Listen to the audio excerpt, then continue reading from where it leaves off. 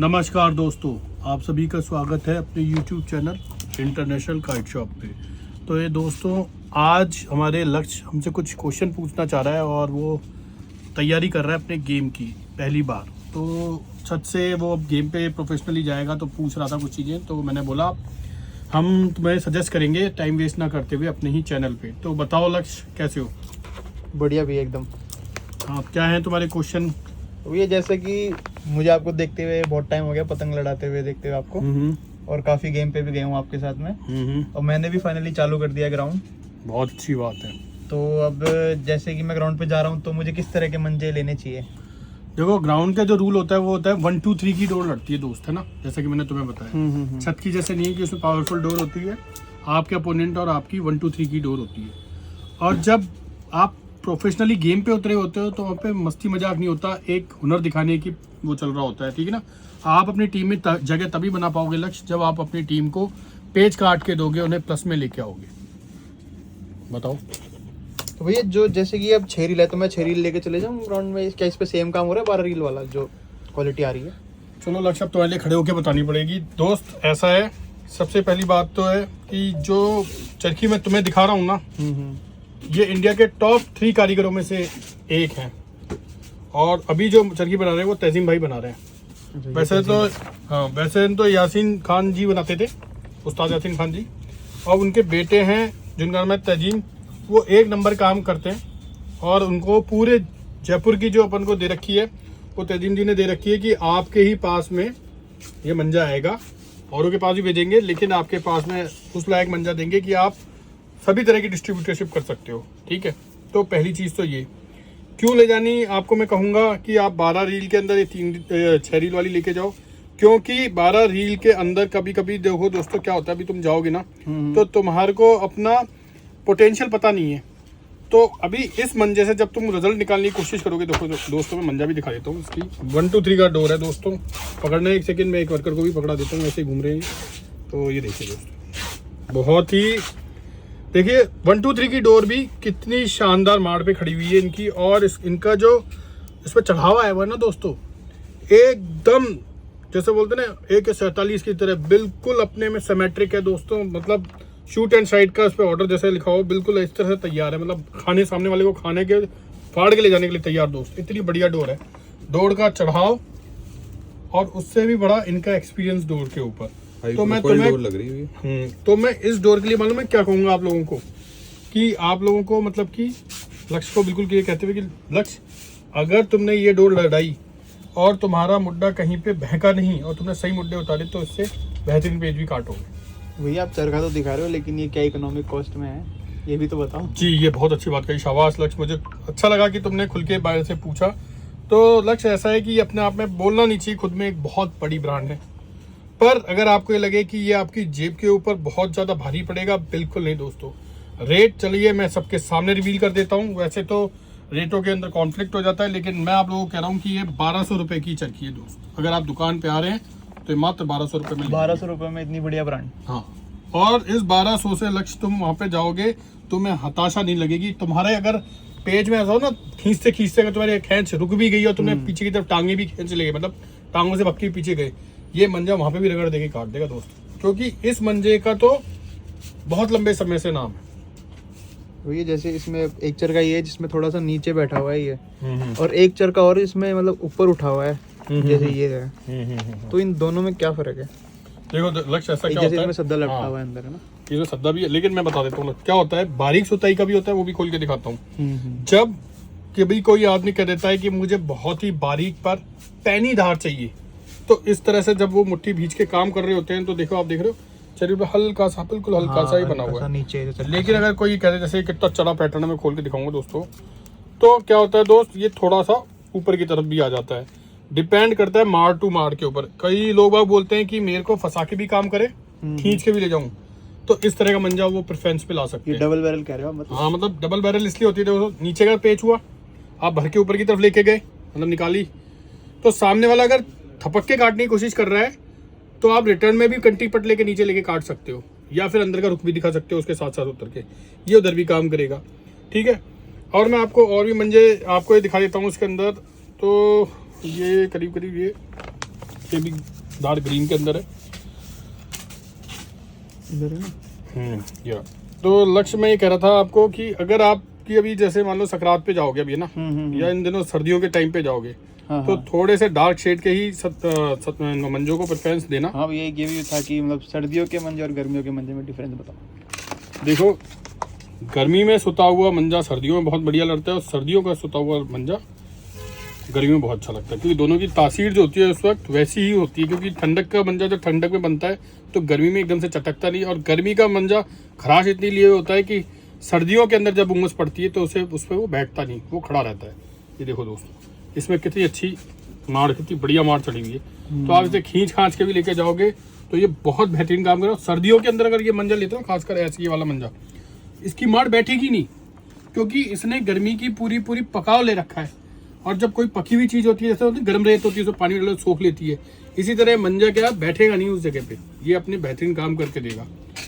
आज की डेट में ऐसा मांझा मिलना बहुत मुश्किल है। बहुत मुश्किल है दोस्तों। और मैं फिर से बोल रहा हूँ, 1200 रुपए के अंदर आपको ये मंजा शॉप पे दिया जा रहा है, और डिलीवरी के साथ में आपको इसी के अंदर 1300 रुपए में 1300 रुपए में आप तक पहुंचा दिया जाएगा। 1300 रुपए में तो बहुत बढ़िया चीज है। बहुत मैदान के बढ़िया। और भी लिए ये वाला रंग थोड़ा अलग है तो मैं दिखाना चाहूंगा, प्लीज खोल देंगे क्या?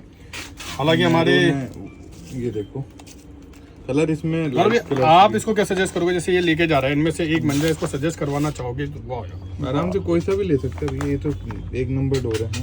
ये देखिए गौरव भैया खुद क्या बोल रहे हैं इस वक्त, आप सुन रहे हैं। सारे कोई लक्ष्य हमारा ऐसा भाई की जैसे, और कभी हम उसको ये नहीं कहेंगे कि इसके साथ हम, तो लक्ष्य अगर तुम्हें भी चाहिए तो भाई होने के नाते मैं तुम्हें सजेस्ट करूंगा कि ये वाला मंजा जरूर लड़ाओ, है ना।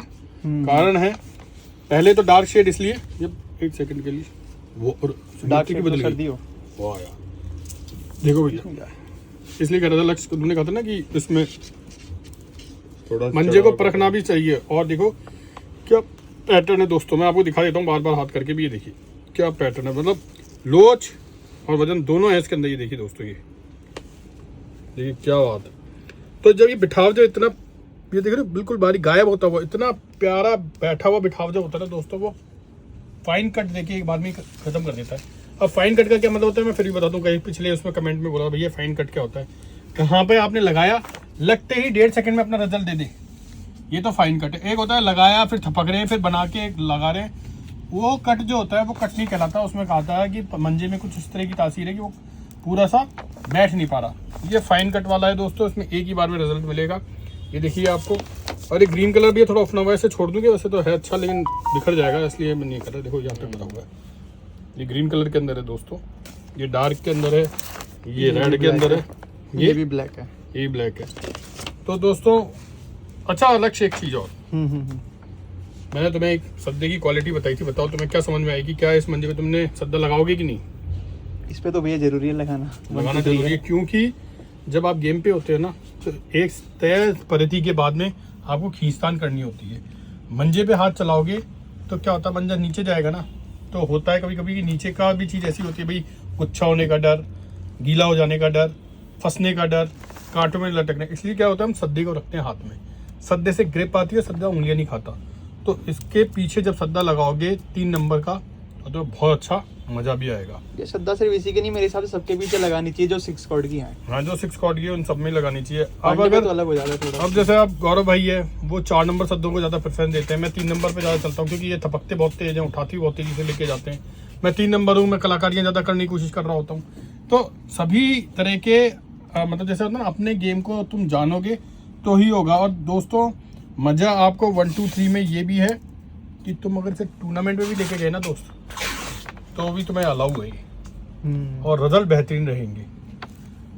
तो दोस्तों मैं यही कहूंगा आप लोगों को कि अगर लक्ष्य के सारे क्वेश्चन पूरे हो गए हो तो बताओ लक्ष्य, अभी है कोई क्वेश्चन तुम्हारे मन में? नहीं भैया, सारे डाउट क्लियर हो गए मेरे। तो डाउट क्लियर है, तो आपका कोई डाउट है क्या, पूछोगे कुछ?